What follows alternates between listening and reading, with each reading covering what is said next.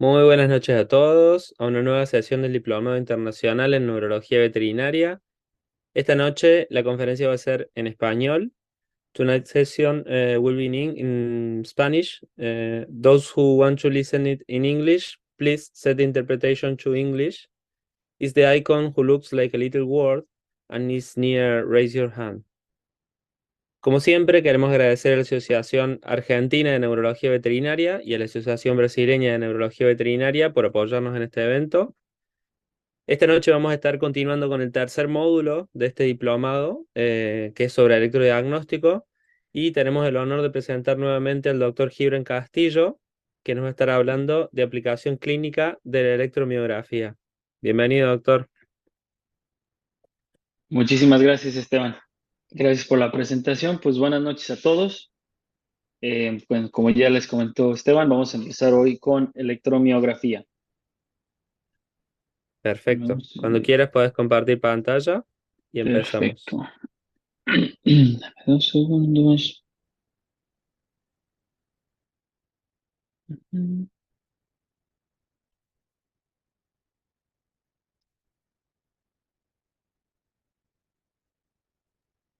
Ok, Perfecto. perfecto. Espero que se vea bien. Si tienen algunas dudas, pues ahí me avisan. Si no se ve en algún momento la presentación. Tengo un par de links a videos. Espero que se puedan reproducir. Si no, bueno, pues me avisan y detenemos la conferencia. Perfecto, pues buenas noches a todos. Como ya saben, yo soy doctor Gibran Castillo y les voy a hablar hoy acerca de la electromiografía. ¿Qué es lo que voy a tratar de ver en esta presentación? Unos cuantos puntos que tengo aquí. ¿Qué es la electromiografía? ¿Para qué se usa?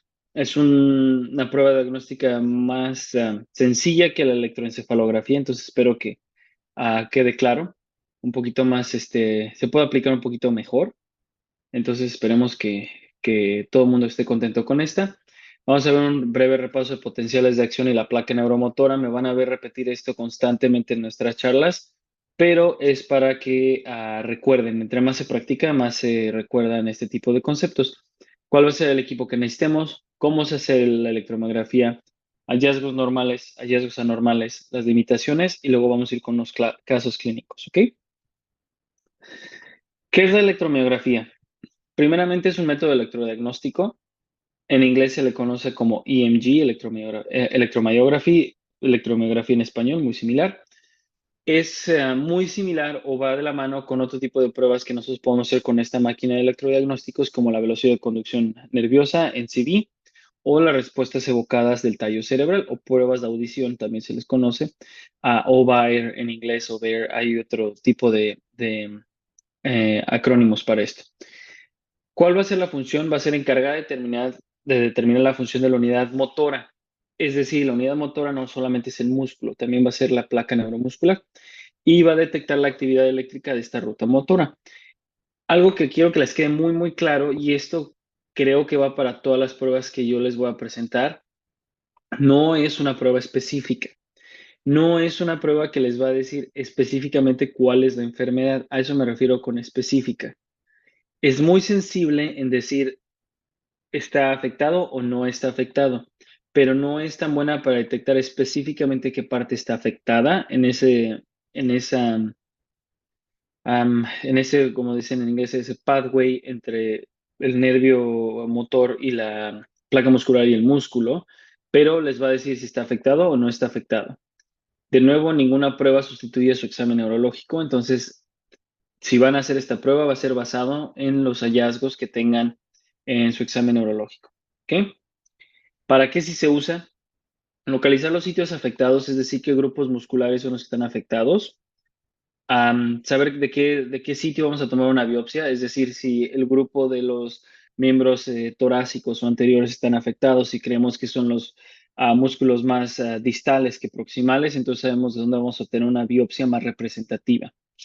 Nos va a servir para caracterizar o describir una lesión. Es decir si es algo que parece ser más demielinizante, primario del músculo. Sin embargo, de nuevo, no va a ser muy específica. Y la otra situación por la cual se puede utilizar va a ser una forma objetiva de monitoreo. Les voy a dar unos ejemplos más adelante, pero por ejemplo, si ese músculo perdió inervación, ver si con el tiempo ese músculo está recuperando inervación o no. No es algo que yo le recomiendo hacer muy seguido, porque en realidad hay otras partes de su examen que va a ser un poco más sencillo hacer para revisar y que les va a dar la misma información. ¿Para qué no se usa la electromiografía? Para la severidad de la lesión. 100% en estos pacientes, por ejemplo, que tienen daño en el plexo braquial o en el plexo pélvico por atropellamiento o caídas o lo que sea, la electromiografía no les va a decir si es una axonopatía, una axonotmesis, neurotmesis o solamente una neuropraxia. No les va a servir para eso, ¿ok? El siguiente punto es súper importante. No nos va a ayudar a diferenciar miopatías de neuropatías, porque, de nuevo, no es una prueba específica del músculo, sino de la última porción de la neurona motora, primero, después el espacio neuromuscular y después el músculo. ¿Ok? Entonces, no es una prueba específica para diferenciar entre miopatías y neuropatías. ¿Ok? Solo quiero que les quede eso muy claro. ¿Cuándo va a estar contraindicado hacer electromiografía? Son cuestiones bastante raras, pero pueden ocurrir, se los menciono. Pacientes con coagulopatías, estas trombocitopenias mediadas, o no sé, un paciente que, por ejemplo, se sospecha toxicidad por rodenticidas, mejor no utilizarla porque aunque son agujas de diámetro pequeño, pues si el perro de por sí no puede coagular y le ponemos más piquetes, pues es más complicado que el perro coagule, ¿no? Pacientes inmunocomprometidos también, lógicamente es un lugar, como se usan agujas, se crea un defecto en la piel y por ahí pueden entrar bacterias. Problemas dermatológicos en el área a utilizar por cuestión pues de higiene y también por comodidad del paciente no utilizarlo cuando esa parte está lesionada. Y si va a interferir con pruebas diagnósticas futuras. Esta es una situación muy particular, pero por ejemplo, si el único grupo muscular afectado es, no sé, el bíceps y el tríceps y el antebrachium del lado derecho, y es el único músculo afectado, entonces igual y sean un poco conscientes de en dónde exactamente van a colocar la aguja, porque seguramente de ese lugar tomen la muestra. Y a los patólogos no les gusta tener pruebas que están maceradas con piquetes de aguja, entonces tomen en cuenta eso para cuando hagan sus pruebas diagnósticas, sobre todo por la biopsia, porque la biopsia idealmente se tiene que tomar no del sitio donde se colocaron las agujas, idealmente del lado opuesto. En casos en que es unilateral o un solo grupo muscular, pues tendrán ustedes que tener cuidado de dónde colocan la aguja y de qué va a ser lo que les dé al final del día más información, si va a ser la electromiografía o la histopatología. ¿Ok?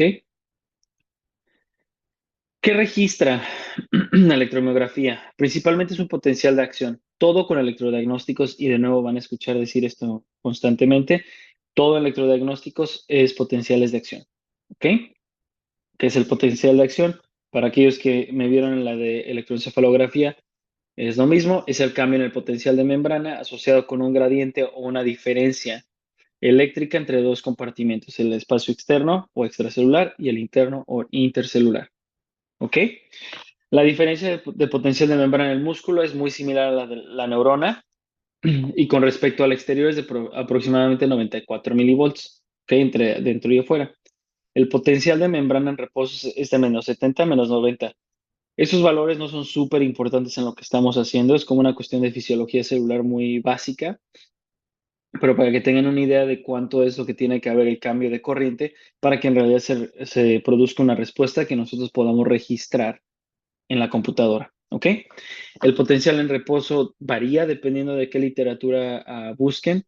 Kimura, que es uno de los libros de electrodiagnósticos de los humanos, o Guyton, que es otro libro de fisiología de humanos, o el Cudon, que es el que se utiliza más en veterinaria, los tres tienen valores distintos.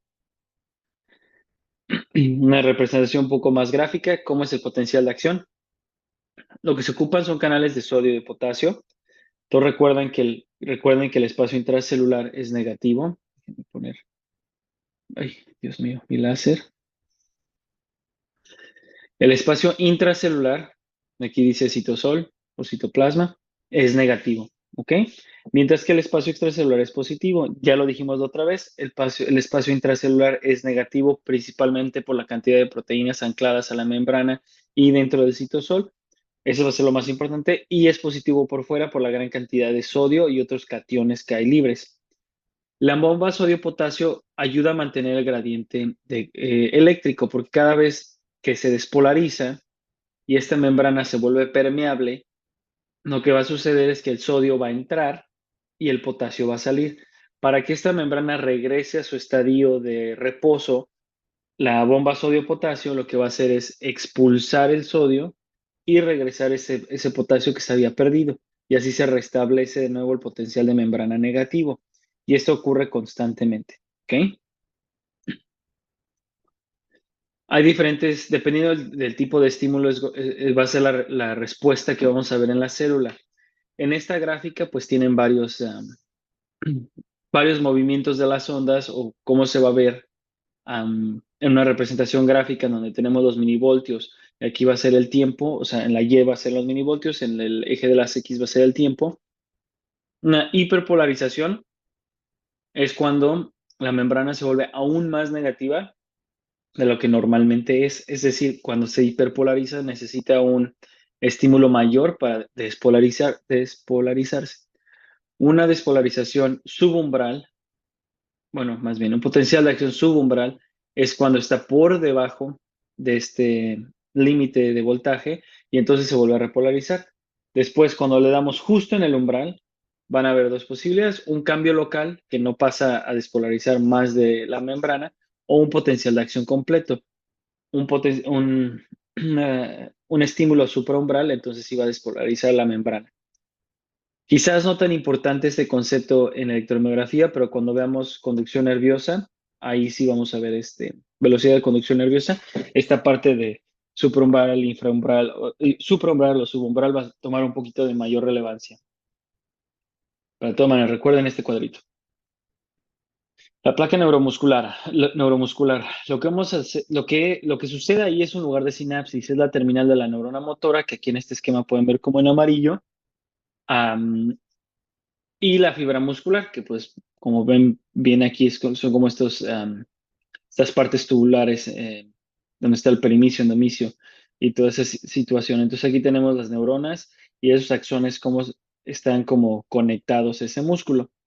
La unidad motora, que es lo que el electromiograma va a estar evaluando, va a consistir en la neurona motora baja, que es esta parte en este ejemplo, al espacio sináptico, que va a ser el espacio entre la neurona y el músculo, y todos los músculos inervados por esa neurona.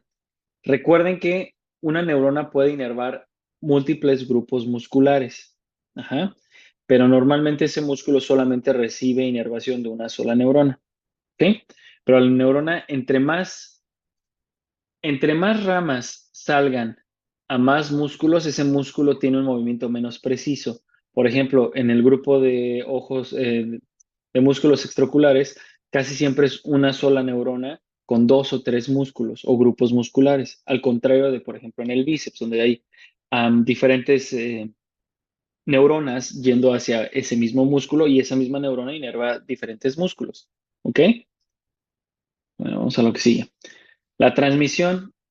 Esto lo vimos un poquito también en electroencefalografía, lo vamos a ver con un poquito más de detalle aquí y en charlas subsecuentes. Algunos de los acrónimos no los cambié, pero bueno, ahí está la traducción para que lo vean. La neurona motora baja, estos pequeñas vesículas son las que contienen calcio. Entonces, lo que va a suceder primero es que va a haber un potencial de acción que viene desde el soma de la neurona debido a X, Y o Z y ese potencial de acción llega a estos canales de calcio. Esos canales de calcio son voltaje dependientes, es decir, si no se llega a esa cantidad de descarga del potencial de acción, no se abren. Pero si se abren, entonces el calcio que es predominante en el espacio extracelular entra en el citosol.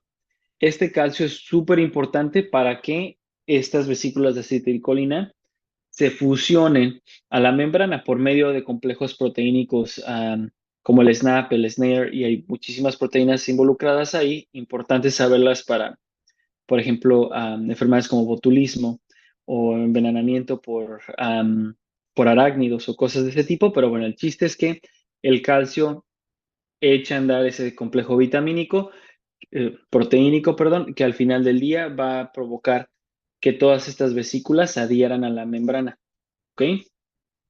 Ahora, las vesículas, como bien saben, contienen acetilcolina. Una vez que se adhieren a la membrana, el acetilcolina difunde en el espacio sináptico. ¿Y qué es lo que va a suceder? Se va a unir a estos receptores que ven aquí, que son los receptores de acetilcolina. Una vez que estos receptores reciben la acetilcolina, se abren. Cabe mencionar que son nicotínicos, como bien notan aquí. También hay muscarínicos, pero nicotínico va a ser el más importante aquí. Y va a haber una entrada de sodio en la fibra muscular. Esa entrada de sodio, por lo tanto, va a empezar o va a generar un potencial de acción que va a activar otros canales de sodio que son voltaje dependiente como los del calcio, y entonces se genera una contracción muscular.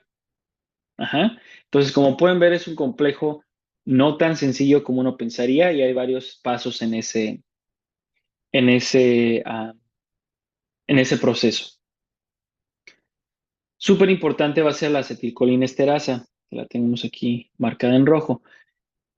La acetilcolinesterasa es una enzima que va a destruir las cantidades de la acetilcolina y lo va a dividir en dos, en colina y el acetato. La colina se recicla para formar más vesículas de acetilcolina y el acetato al final del día se va a otras rutas metabólicas. ¿Ok?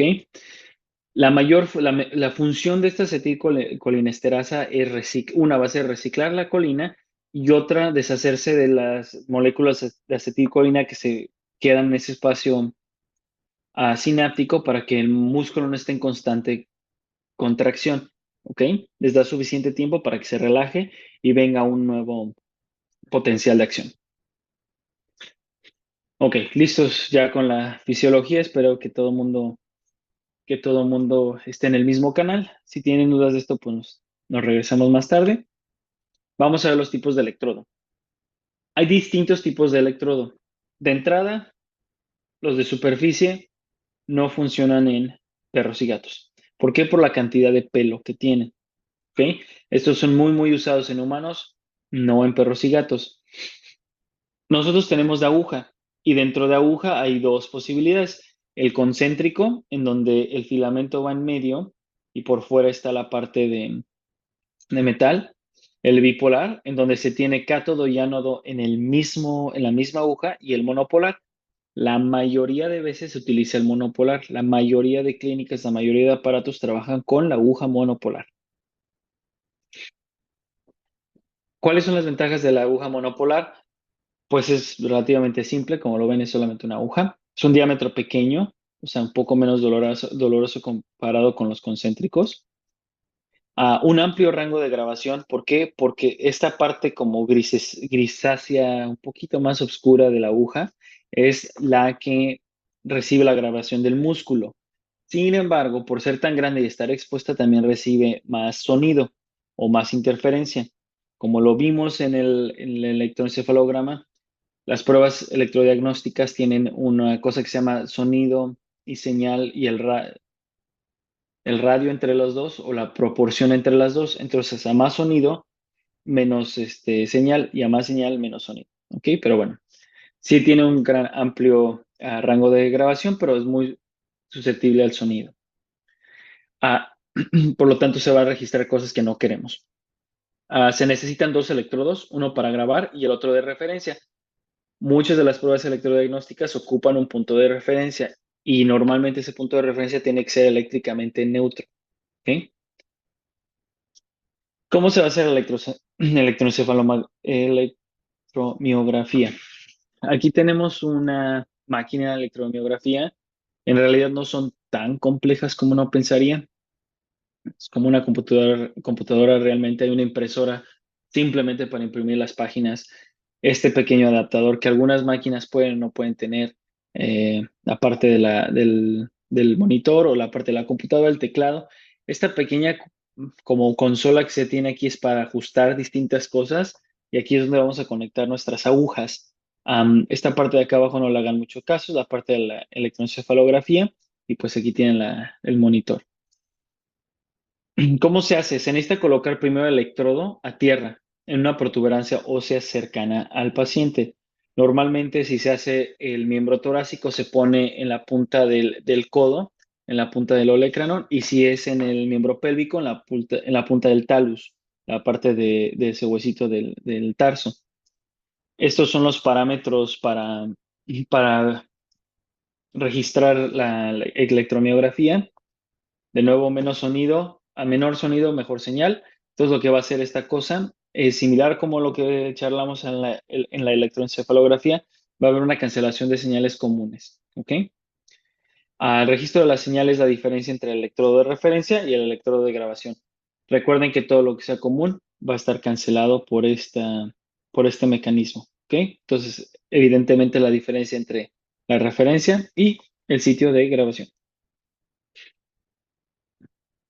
¿Cuáles van a ser los hallazgos de la electromiografía? Y aquí es donde ya empezamos un poquito más con la cuestión práctica. Estas son las 4 diferentes cosas que podemos encontrar. Este obviamente es un dibujo de humanos. Un hallazgo normal es que sea eléctricamente silencioso, se coloca la aguja y no hay ningún reflejo de ese músculo. ¿Ok? Actividad de inserción siempre se va a ver cuando se pica, o bueno, la mayoría de veces se va a identificar porque cuando se pica con la aguja, eso resulta en un cambio en el potencial de membrana porque esa membrana se termina siendo alterada o afectada, entonces va a haber un cambio de gradiente. Entonces es muy común ver esa actividad de inserción. Los potenciales de final de placa, miniatura, que se llaman MIPS o MEPS en español, yo creo. Los picos de final de placa también son comunes y los potenciales de acción de unidad motora o MUAPS. Esos potenciales de acción de unidad motora normalmente no las vemos en perros y gatos, las vemos más seguido en humanos, porque en humanos cuando se está haciendo la electromiografía sí te pueden pedir, haz un puño con tu brazo o mueve la muñeca así o hacia un lado, y entonces se va a ver ese potencial de acción de toda esa unidad motora moviendo ese músculo. En perros y gatos normalmente no se ve porque nuestros pacientes, recuerden, están la mayoría de veces en anestesia general. ¿Ok? Mencionando lo de la anestesia general. Cuando se vaya a tomar los datos con esta máquina, traten de que el paciente esté sobre una superficie. Normalmente es la mesa del consultorio del hospital, que normalmente es metálica. Traten de poner un tapete o un colchón, un mat plástico entre la mesa de metal y el paciente, porque eso ayuda a aislar un poco las señales. También importante mencionar, para este tipo de pruebas, idealmente el cuarto en donde se hacen tiene que estar aislado de interferencia eléctrica lo más que se pueda, es decir, en ese mismo lugar, que no haya múltiples monitores encendidos, que la gente no vaya con celular, que no se reciban llamadas en ese momento para que no interfiera con la máquina. ¿Ok? Perdón que me regrese, pero eso era relevante y no lo coloqué ahí en esa parte de la presentación. Como es una electromiografía eléctricamente silenciosa, pues como esto. Normalmente si el músculo no está, no sucede así, y los pacientes con anestesia general se ve un poquito de interferencia aquí, pero pues esto es normal, pero no se ve ningún pico ni sin ningún pico en esta gráfica, ¿ok? Este es de un muy buen, ya un poco viejo, pero bastante bueno, de los Clinics of North America. Es por ahí del año 2002, me parece, pero este es bueno para si quieren revisar conceptos básicos. La actividad de inserción, de nuevo, ocurre cuando picamos con la aguja. ¿Cómo saber? Es una disrupción de las miofibras, depende de la excitabilidad del músculo. Ahí tiene la amplitud y es de alta frecuencia. Como pueden ver, hay muchos picos en un espacio de tiempo relativamente pequeño.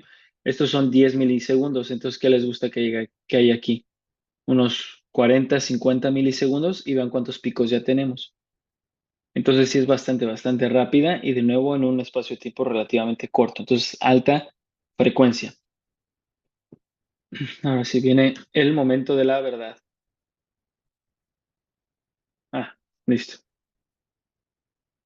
¿Vieron?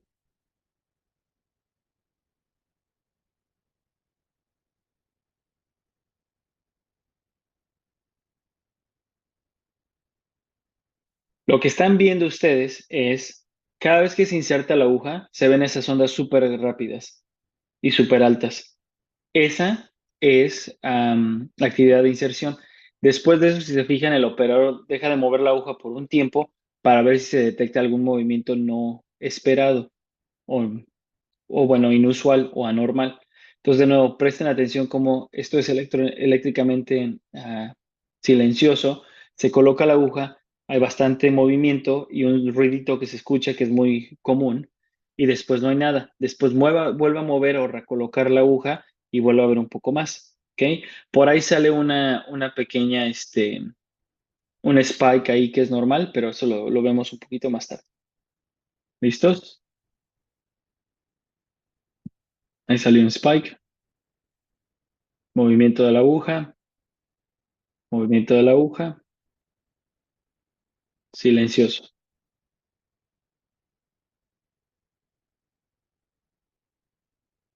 Bien,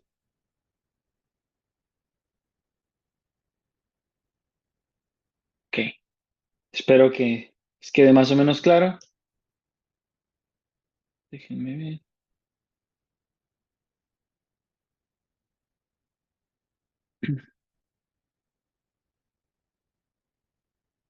Creo que es el mismo.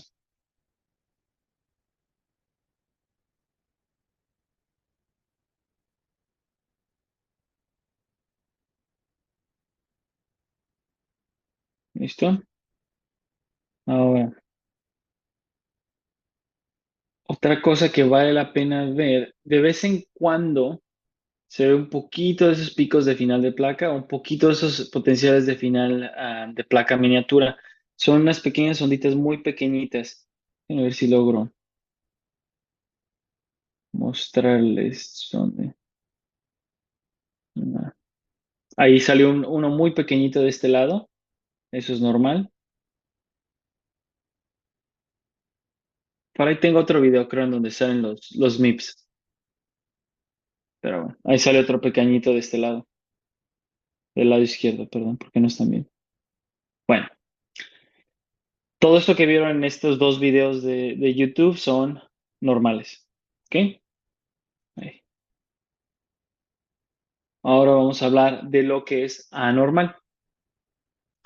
Las anormalidades se pueden dividir en dos, o en actividad disminuida o en actividad incrementada. Y ahorita estamos hablando de la inserción de la aguja. No estamos hablando de otras cosas aún, solamente de la actividad por inserción. Disminuido, es decir, aquí tenemos la representación, esto es como se ve normal y esto es incrementado porque salen algunos picos después. Disminuido puede suceder con fibrosis o atrofia muscular severa. Es importante que lo sepan, pero también algunos de estos hallazgos pues, son relativamente evidentes a la inspección física y neurológica del paciente. E incrementado, como esto, va a suceder cuando hay denervación y miopatía. Normalmente una denervación y una miopatía conllevan una fibrosis o una atrofia muscular severa con el tiempo. Entonces no es poco frecuente que un paciente con una neuropatía o una miopatía empiece con actividad incrementada en la inserción de la aguja y después esto resulte en disminuido meses después. Ahí tienen esa gráfica por si les queda alguna duda. Aquí están los potenciales de final de placa miniatura. Pueden ver estos pequeñitos, pequeños. No son tan grandes, son espontáneos. Una vez que se deja la aguja quieta, se puede llegar a ver esto. Esto significa que hay una despolarización de la membrana postsináptica. La amplitud es relativamente pequeña y la frecuencia pues es relativamente rápida dependiendo de dónde los veamos y de cómo calibran ustedes su ventana de los segundos, pero es de 5 a 50 Hz. ¿Ok? Entonces van a ver así. Los picos de final de placa son como los que les mostré en el video, que se ven algunos por aquí y por allá. Esos picos de final de placa vean la frecuencia también es similar a la de los MIPS. La amplitud comparado con esto de 5 a 50, estos son bastante más grandes.